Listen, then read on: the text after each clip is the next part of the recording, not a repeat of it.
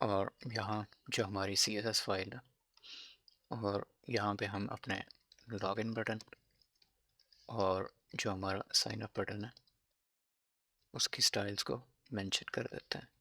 और यहाँ पे जो स्टाइल्स हैं वो मैंने ऑलरेडी लिखी हुई हैं, तो मैं वहीं से इनको कॉपी कर लेता हूँ और यहाँ पे पेस्ट कर देता हूँ। यहाँ पे जो हमारा लॉगिन बटन है उसके लिए बॉर्डर नन है, आउटलाइन भी हमने उसकी हटा दी है, बॉर्डर रेडियस हमने 10 पिक्सल रखा है ताकि थोड़ा राउंड इफेक्ट आ जाए बॉर्डर पे। पैडिंग हमने टॉप और बॉटम से 10 पिक्सल्स रखी है और लेफ़्ट राइट से 15 पिक्सल्स। कर्सर हमारा पॉइंटर होगा। फ़ॉन्ट वेट हमने बोल्ड रखा है, फ़ॉन्ट साइज़ हमारा लार्ज है और टेक्स्ट डेकोरेशन हमने हटा दी है। इसी तरीके से जो हमारा साइन अप बटन है उसके लिए जो हमारी स्टाइल्स हैं मैं जो मार्जिन लेफ़्ट है उसको 10 पिक्सल्स हमने सेट किया ताकि दोनों बटन्स में थोड़ी सी स्पेसिंग आ जाए। बैकग्राउंड कलर हमारे साइन अप बटन का एक डिफरेंट कलर है, ये थोड़ा ब्लू शेड है। और जो फ़ॉन्ट कलर होगा वो वाइट होगा। बॉर्डर हमने हटा दिया, आउटलाइन भी हटा दी, बॉर्डर रेडियस, पैडिंग, कर्सर, बाकी जो भी स्टाइल्स हैं वो सेम है। और जब हम इन पे हवर करेंगे तब हम कलर्स में थोड़ा सा चेंज करेंगे और उसको हम यहाँ पे मेंशन कर देते हैं।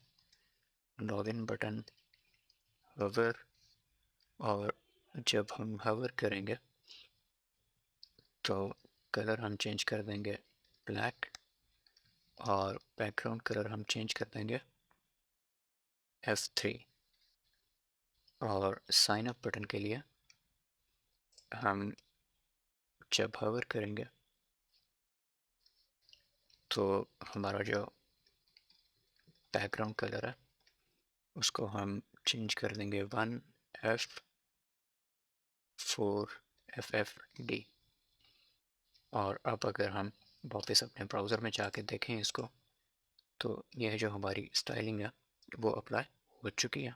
और यहाँ पे जो हमारा नैब बार है उसमें हमारे पास हमारा लोगो है, उसके बाद हमारे पास 4 पेजेस हैं और हमारे पास 2 बटन्स हैं। लेकिन जैसे हमने अपने डिज़ाइन में देखा था कि अगर हम ऑथेंटिकेटेड स्टेट में, तो हमारे पास यहाँ लॉगिन और साइन अप की जगह साइन आउट का ऑप्शन होना चाहिए था। तो अभी हमने जो हमारी ऑथेंटिकेशन और जो उसकी स्टेट मैनेजमेंट है उसको हमने सेट नहीं किया हुआ, वो हम अगले लेक्चर में करेंगे। और अभी के लिए हम इसको हार्ड कोड कर देते हैं। और यहाँ पे हम टॉप में रिटर्न से पहले एक वेरिएबल बना लेते हैं इस ऑथेंटिकेटेड, और इसको हम कर देते हैं फॉल्स। और यहाँ पे जो हमारे बटन्स हैं उनको हम चेंज करेंगे इस वेरिएबल की बेस पे।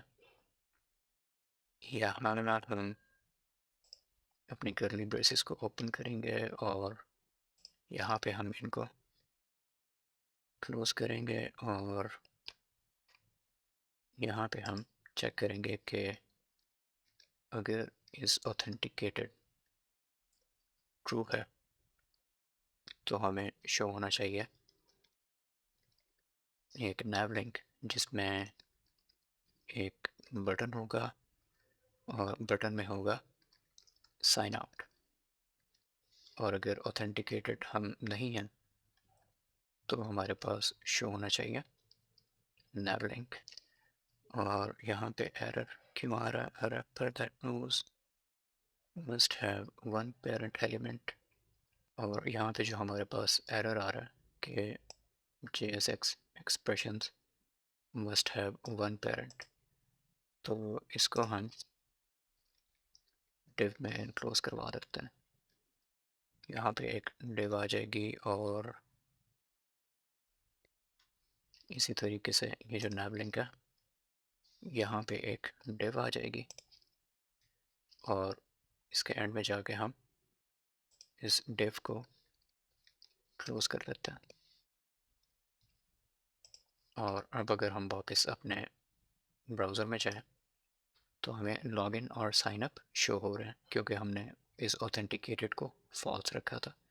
अब अगर हम उसको ट्रू करें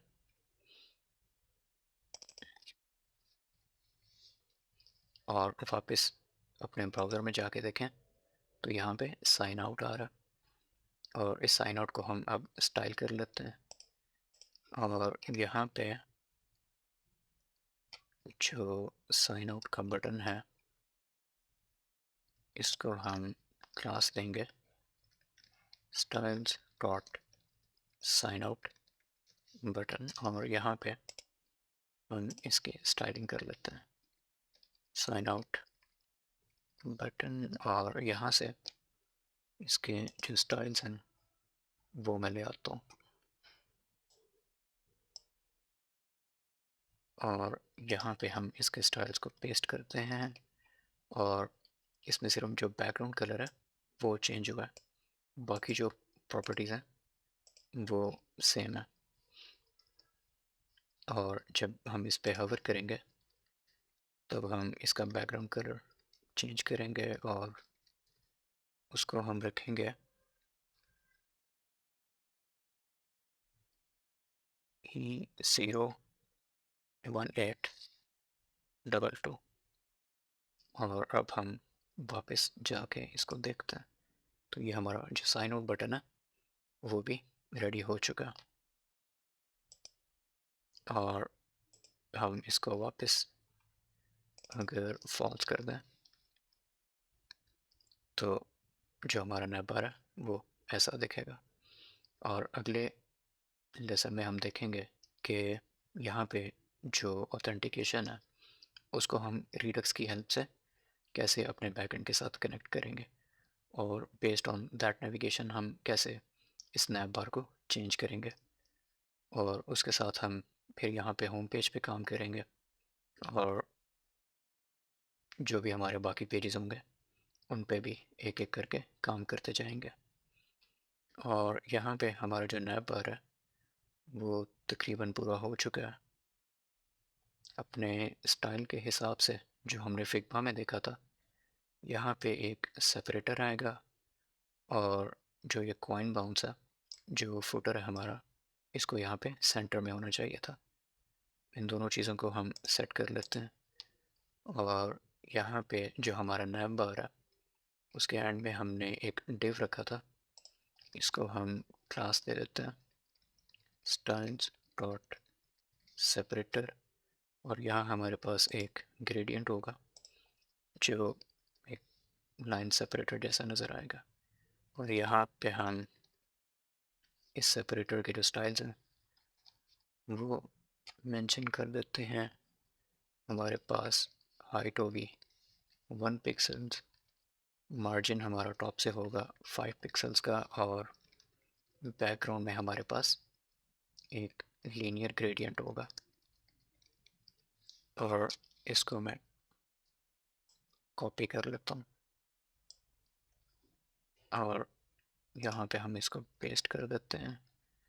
और अब अगर हम देखें इसको तो ये जो सेपरेटर है ये हमारे पास आ चुका है।